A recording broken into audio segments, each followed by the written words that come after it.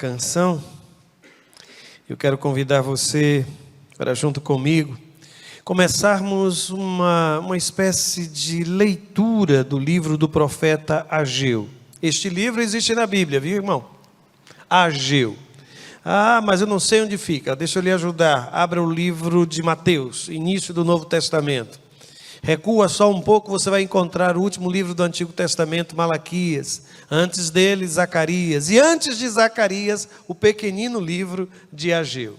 Você vai para o primeiro capítulo, porque eu quero convidar você a iniciarmos essa leitura, mas será uma leitura extremamente aplicada à nossa realidade. Ageu capítulo 1, versos de 1 a 4. Escute o que está escrito no texto sagrado. No primeiro dia do 6º mês do 2º ano do reinado de Dario, a palavra do Senhor veio por meio do profeta Ageu ao governador de Judá, Zorobabel, filho de Sealtiel, e ao sumo sacerdote Josué, o filho de Jeozadaque, dizendo: assim diz o Senhor dos Exércitos, este povo afirma, ainda não chegou o tempo de reconstruir a casa do Senhor. Por isso, a palavra do Senhor veio novamente por meio do profeta Ageu. Acaso é tempo de vocês morarem em casas de fino acabamento, enquanto a minha casa continua destruída? Aqui termina o texto, o versículo de número 4. Mas eu quero começar a palavra de hoje lhe fazendo um desafio. Descubra o lado bom da desilusão. Eu não sei se você está desiludido ou desiludida. Mas, sinceramente, irmãos, a desilusão precisa ser encarada como uma bênção. E eu vou explicar-lhes por que estou sustentando esta tese. Observe só, hoje provavelmente para algumas pessoas foi dia de arrumar o quarto. Dia de arrumar o guarda-roupa. Por quê? Porque ele estava desarrumado. Então ele agora está arrumado. A casa agora está arrumada, porque estava desarrumado. Parece que o prefixo des significa ausência. Assim como desconfiança. Desconfiança é a ausência da confiança. Então você começa a viver uma situação de insegurança. Quando eu falo em desilusão, o que é que eu deveria pensar? O fim da ilusão. E quem é aqui que quer viver iludido, hein, gente? É por isso que eu quero lhe dizer que algumas vezes a desilusão, quando bate a porta da gente, é uma bênção, sabe? Porque de alguma forma você vai sair do mundo do faz de conta e vem para o mundo do faz de verdade. Aliás, eu fiz questão aqui de trazer uma fórmula matemática, eu fiz questão de preservar. Eu até pensei em substituir a palavra, mas eu disse, não vou. Eu vou deixar esta fórmula matemática como a encontrei. S igual a R menos E. Este S ali é de satisfação. E este R é de resultado. E a letra E traz a ideia de expectativa. É como se alguém lhe dissesse que a minha satisfação certamente será o resultado da realidade, retirado desta realidade aquilo que é tão somente a minha expectativa ou a sua expectativa. Eu, se pudesse, transformaria esta equação, esta fórmula, dizendo assim, que a minha satisfação é, na verdade, a ausência retirada da ilusão, ou melhor, precisa ser a realidade, mas tirada desta realidade toda a minha ilusão, toda a minha expectativa. Eu fui mais longe. Eu trouxe aqui uma grande contribuição de um filósofo contemporâneo chamado Armandinho.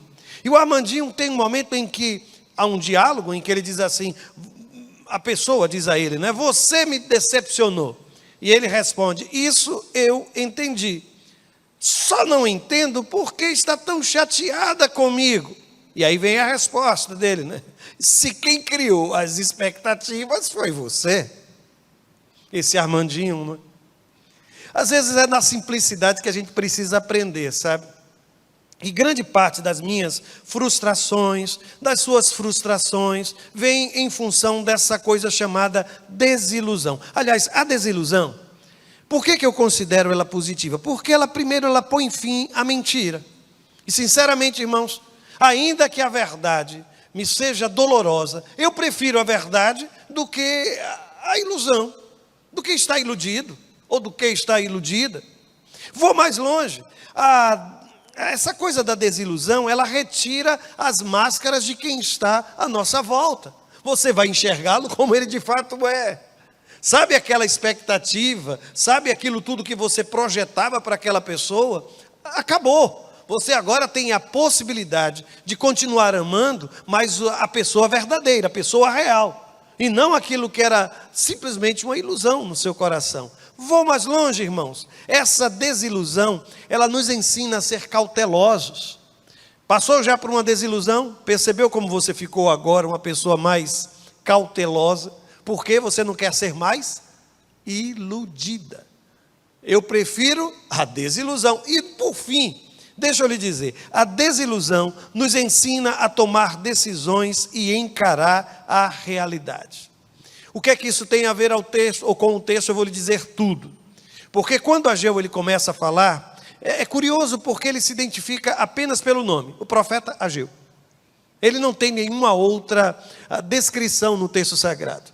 O texto não é rico em detalhes sobre a biografia do profeta. Ele apenas é chamado de profeta. Mas se você se recorda, aparece o nome de Dario, aparece o nome de Zorobabel, aparece o nome de Josué. E pelo teor do texto, você percebe que Israel está vivendo a reconquista, ou melhor, a reconstrução de Jerusalém e de toda a nação.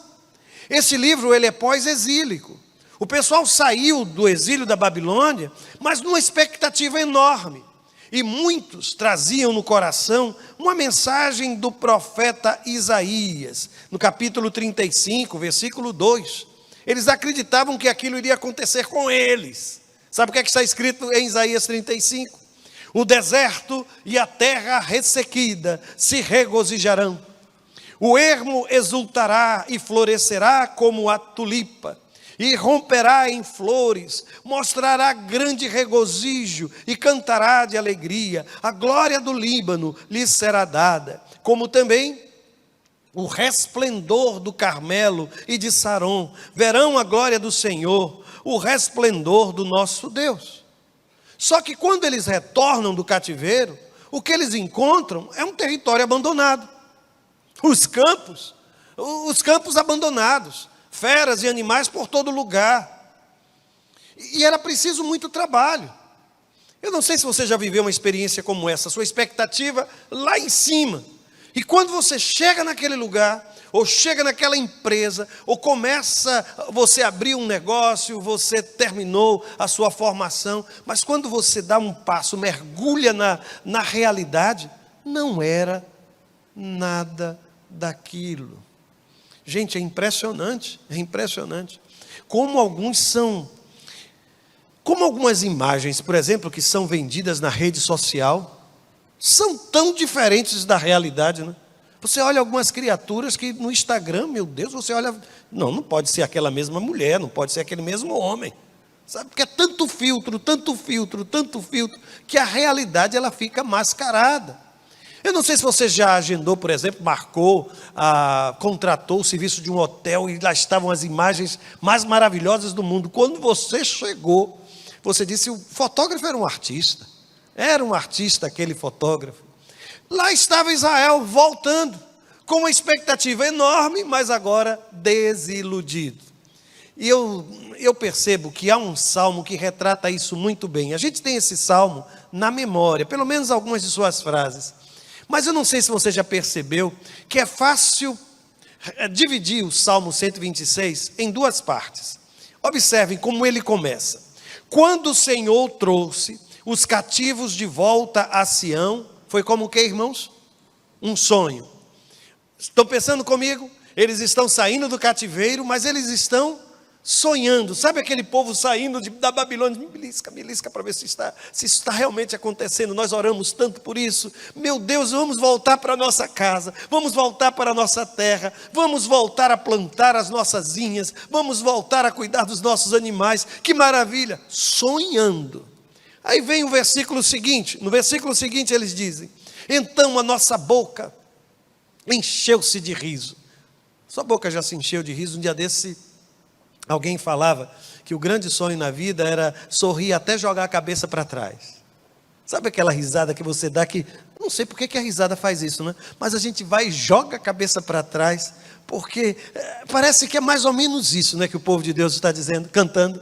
Ah, quando a gente saiu de lá, a nossa boca se encheu de riso, a nossa língua de cantos de alegria. E aí eles dizem, até nas outras nações se dizia, o Senhor fez coisas grandiosas por este povo. E eles respondem, sim, coisas grandiosas fez o Senhor por nós, por isso estamos alegres. Agora, faça uma pausa aqui, porque até então, esses versos registram um momento de grande euforia no meio do povo de Deus. Eles estavam como que sonhando, cantando, sorrindo, felizes porque estavam voltando. Você já percebeu que a partir do verso seguinte, o sentimento do povo cantando neste salmo muda completamente? Observe se não é assim. O texto diz, versículo seguinte, Senhor, restaura-nos, assim como enches o leito dos ribeiros no deserto. Ora, eles não estavam tão felizes? Por que agora estão falando de restauração? Por que eles estão se sentindo como os rios sazonais que no período da seca passam por um processo de estiagem e não tem uma gota d'água no leito do rio, o rio seco? Se não for bastante, avance. Aí eles começam a dizer assim, aqueles que semeiam com lágrimas, com cantos de alegria colherão. Eu não acabei de falar de riso, não foi? Agora estão falando de lágrimas. Estão falando de plantar, de trabalhar como agricultores semeando com lágrimas, é isso mesmo? Aí o texto avança e diz, aquele que sai chorando, chorando de novo, viu? Enquanto lança semente, voltará com cantos de alegria, trazendo seus feixes. Consegue perceber o impacto que foi voltar da Babilônia? Há registros, inclusive, de gente se queixando, que se eu soubesse que era assim, eu não tinha saído da Babilônia. Porque judeu tem um tino para comércio enorme, né? E alguns lá, estavam prosperando, e agora eu larguei tudo para vir para cá. E o que eu estou encontrando? Eu vou voltar. E aquilo foi minando as bases. É por isso que eu entendo que há um momento naquele Salmo 26, marcado pela desilusão. Aquilo que era a euforia encontrou-se com a realidade. Mas o que me chama a atenção nesse texto é que o povo de Deus, mesmo encarando aquela realidade, começou a perceber que se trabalhassem de fato, ainda que chorando, eles iam fazer o que, irmãos? Eles iriam colher. O grande problema é quando a gente permite que um processo de desilusão se torne imobilidade, se torne medo, se torne falta de iniciativa. Não era do jeito que eu gostaria, então transforme, mude essa realidade, enfrente essa realidade. Você acha que Deus vai lhe tirar do cativeiro e vai colocar você na primeira classe para chegar naquele lugar e encontrar tudo de mão beijada para você? Não vai não. Vai trabalhar, vai plantar, vai semear a semente. E então há uma promessa. Você vai colher, você vai voltar com os feixes, você vai ter retorno do seu trabalho. Por isso, eu entendo, sabe, irmãos, que Ageu, ele chega num momento em que Israel está mergulhado nessa experiência de desilusão. Mas aqui ele coloca um desafio. E isso tem a ver com a agenda. A sua agenda, ela não pode estar acima da agenda de Deus. Bom, eu vou ser mais claro nisso. Veja o versículo de número 2. Ageu começa a pregar e assim está escrito. Assim diz o Senhor dos exércitos. Este povo, e aqui o texto sagrado parece mostrar que era uma percepção generalizada, as pessoas, o povo de Israel, afirma, ainda não chegou o tempo de reconstruir a casa do Senhor. Vocês estão entendendo? Israel voltou para Jerusalém e o templo de Deus estava destruído. E entre o povo de Israel, eles começaram a dizer, não, ainda não chegou a hora de construir o templo.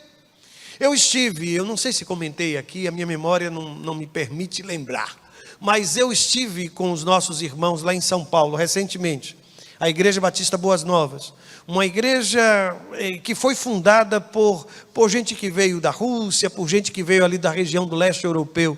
Eu acho que comentei com os irmãos que eu fiquei impactado porque conheci a história daqueles imigrantes que aqui vieram e que quando aqui chegaram, moraram por muito tempo em tendas, em cabanas, conseguiram terrenos, conseguiram lonas e ali eles ficaram. Sabem por quê? Porque primeiro eles decidiram construir o templo do Senhor. Você acredita nisso?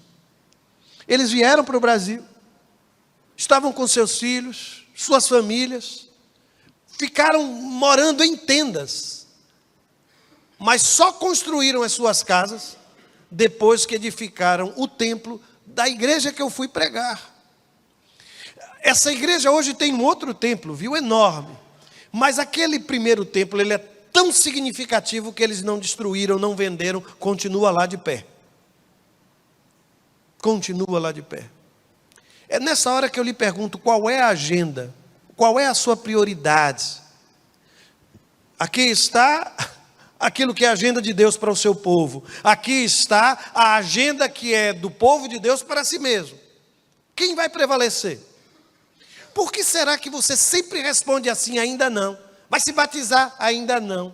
Vai aceitar Jesus? Ainda não. Vai se envolver no ministério? Ainda não. Sabe esses crentes ainda não, irmãos? Vão para o céu, pastor? Vão não, ainda não. Não, ainda não. Fica com o seu ainda não, sabe? Que você vai, o que vai acontecer? Porque quando a gente deixa Deus sentado, sabe, na sala de espera da nossa vida, Senhor, fica aqui sentado, que eu vou ali fazer algumas coisas, depois eu venho. Quando você parar para perceber, não era Deus quem estava ali, era você, que estava deixando de viver a vida que o Senhor tem separado para você. Por isso, presta bem atenção nisso. A agenda de Deus está acima da sua agenda. Aquilo que Deus quer para você está acima daquilo que você deseja para si mesmo. Ageu continua pregando e vejam só o que ele vai dizer. Por isso, a palavra do Senhor veio novamente por meio do profeta Ageu. O que eu entendo nesse texto? Está observando aquela expressão, veio novamente? O que Deus está dizendo? Olha, o povo parece que não acordou para a necessidade da construção do templo. E aí o texto sagrado está dizendo, olha, eu vou pregar novamente, a gente vai mandar essa mensagem novamente. E Ageu é convocado para pregar aquilo que eles já tinham como certo. Deus já havia dito isso. Sabe de onde vinha a resistência? Vinha a resistência do próprio povo. E aí eu volto a lhe perguntar, quais são as suas prioridades? Eu separei aqui uma imagem que eu tenho certeza que ninguém vai conseguir enxergar de longe. Mas veja, eu vou tentar fazer assim mesmo. É tudo tão bonitinho, irmãos. A vida descrita ali naquele gráfico é tão bonitinho. Avance uma vez, por favor.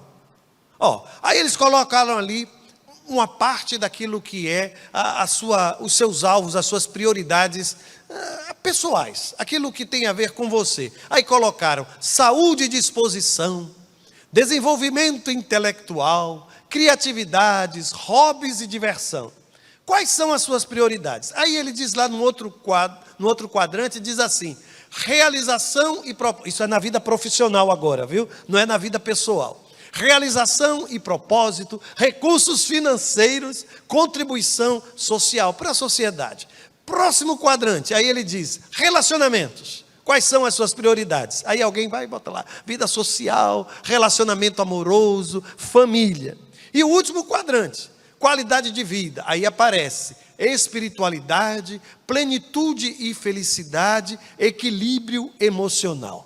Gente, avance mais uma vez. Quando a vida parece que está assim tão organizada, eu não sei se há alguém assim, tão organizadozinho, aqui no meio desse povo.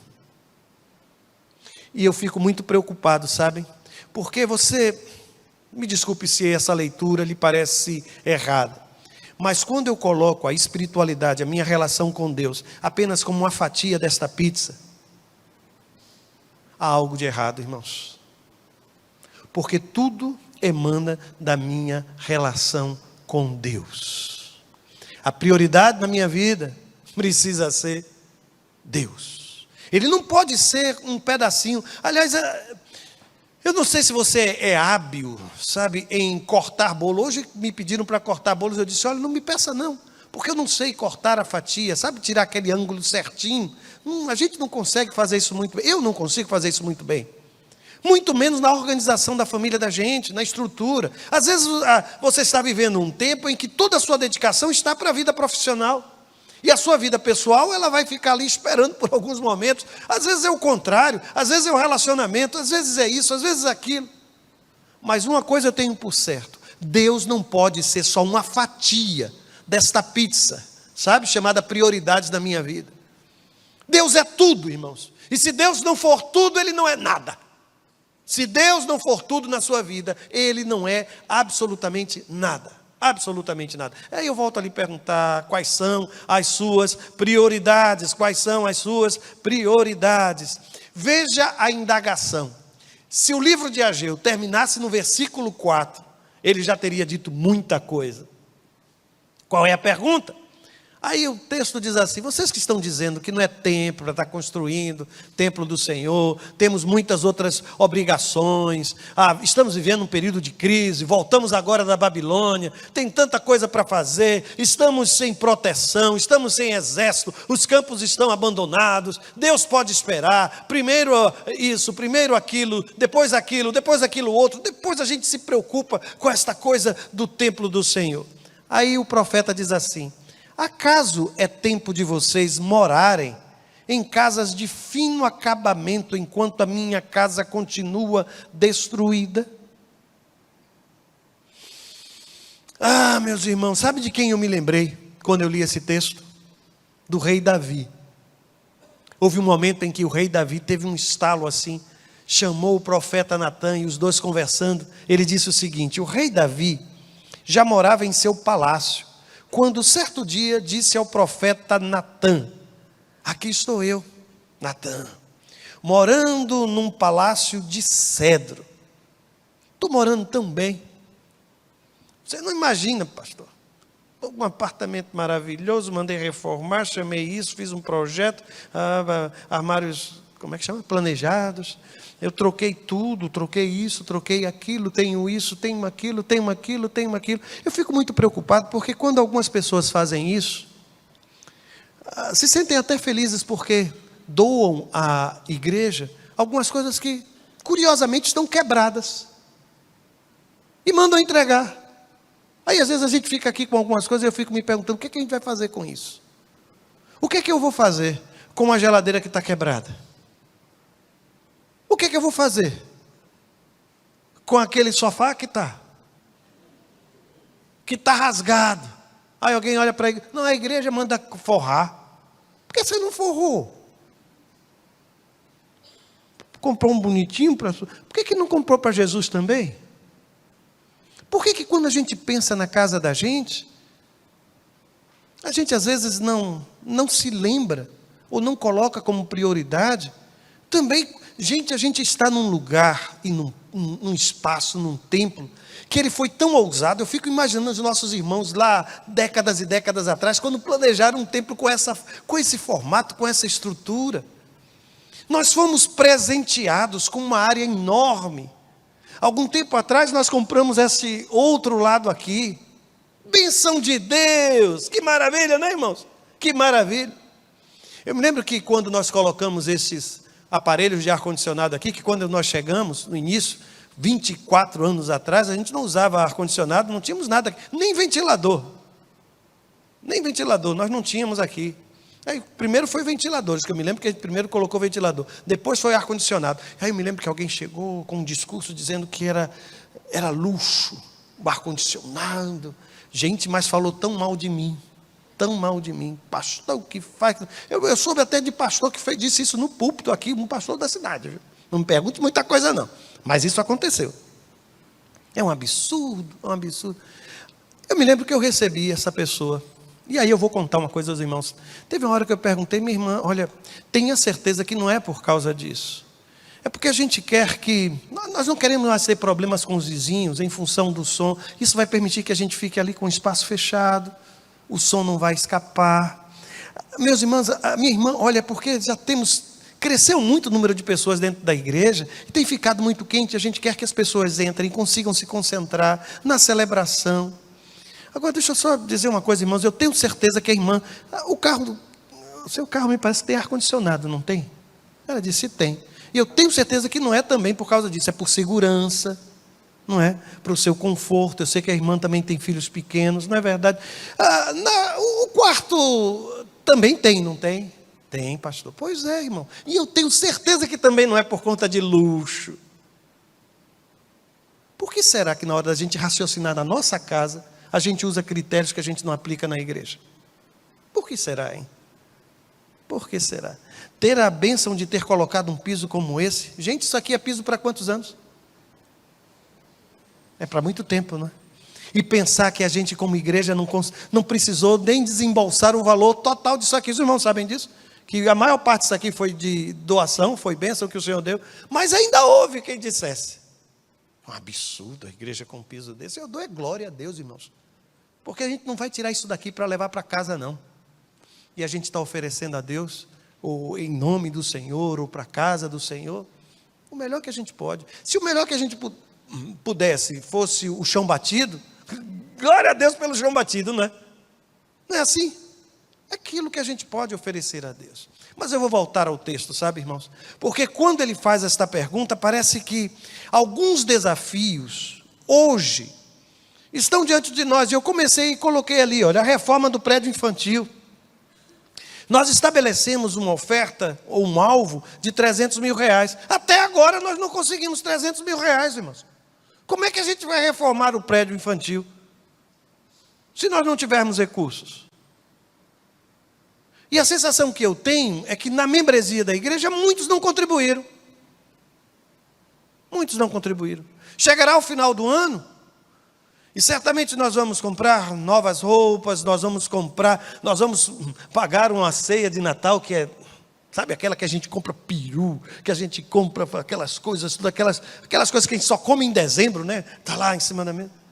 E às vezes a oferta que eu dou é bem menor do que aquilo que eu separei para as festas de final de ano. Eu vou mais longe, a sala sensorial está começando aqui, e a gente desafiou tudo e vamos em frente, estamos fazendo, graças a Deus. Agora a gente vai fazer um investimento de alguns equipamentos, que a gente fez umas contas assim por baixo, vai chegar a 17, 18 mil reais. A gente não faz isso, irmão, sem recursos. É muito bonito o discurso, mas para transformar isso em prática, é preciso que hajam recursos. Eu vou adiante, irmãos. A pintura do templo e do santuário. Eu disse, olha para ali, para aquele cantinho. Olha para lá. Pode olhar, não se preocupe não. Está vendo ali como está? Olha aqui aquela mancha. Tem aqui algo que a gente precisa corrigir ali também. Eu não sei quem foi que andou colocando os pés aqui. Não sei qual foi o momento. Deve ter sido um momento de muita apreensão. A gente precisa pintar aqui? Final de ano a gente não pensa, não é? Em pintar a casa da gente. Mas para pintar, irmãos, tem que comprar tinta, tem que comprar lixa, massa, mão de obra. Lá na frente, às vezes eu vejo alguém querendo tirar fotos lá na frente, fica procurando um lugar onde não esteja muito manchado a frente da igreja, né? Mas sabe quando é que a gente vai poder fazer isso? Quando a gente também tiver recursos, porque eu coloquei aqui, ó, pintura do templo, recuperação do prédio da escola bíblica dominical. Estou falando desse prédio aqui. Você já viu como é que estão aquelas colunas? A gente vai começar. Já temos orçamento, vamos precisar escorar o prédio, reforçar aquelas colunas. Vou lhe dizer uma coisa, para fazer isso a gente vai precisar de quê, irmãos? De recursos. Aí eu vou perguntar, ainda não? Ainda não? De quem é a agenda? É sua agenda ou é a agenda de Deus para a vida da sua igreja? Meus irmãos, tudo isso que estou a dizer-lhes parece me leva de volta à pergunta inicial da noite de hoje. Qual foi a pergunta? Quais são as suas prioridades? Nós estamos nos preparando para o final de ano. Todo final de ano nós temos a chamada oferta de gratidão, não é assim? Eu queria lhe desafiar a orar por isso e a disseminar no meio do povo de Deus essa consciência de gratidão e estimular os seus irmãos na classe da escola dominical, sabe, nos seus pequenos grupos, lá no seu ministério. Incentive as pessoas a dizerem assim: olha, vamos nos envolver, nós precisamos dar uma resposta a todas essas necessidades. Vamos levantar uma oferta que seja a expressão não daquilo que sobrou, mas daquilo que foi consagrado.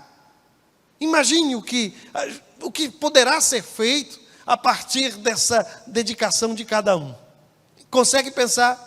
Por isso, eu não sei quantas pessoas nós temos hoje aqui, mas se Deus lhe trouxe nesta quarta-feira, foi para dizer: olha, vamos fomentar, vamos contagiar as pessoas à nossa volta, com essa expectativa de que nós tenhamos sim recursos, para que tudo isso que é hoje desafio, se transforme em realidade, no ano que está por vir.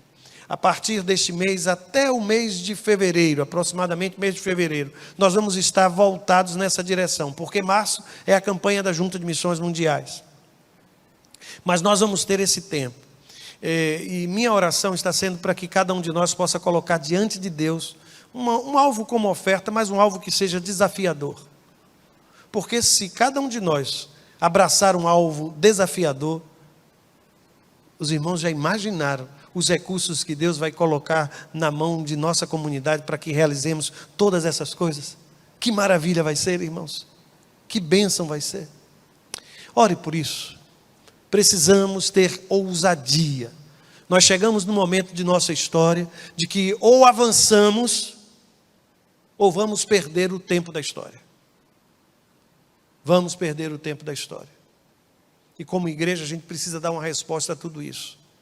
A minha agenda será a agenda de Deus para a minha vida. As minhas prioridades serão buscar o reino de Deus, a sua justiça, porque todas as demais coisas serão acrescentadas. A minha prioridade, sabe, naquela organização da vida toda certinha, a minha prioridade, a minha pizza tem cara de Deus.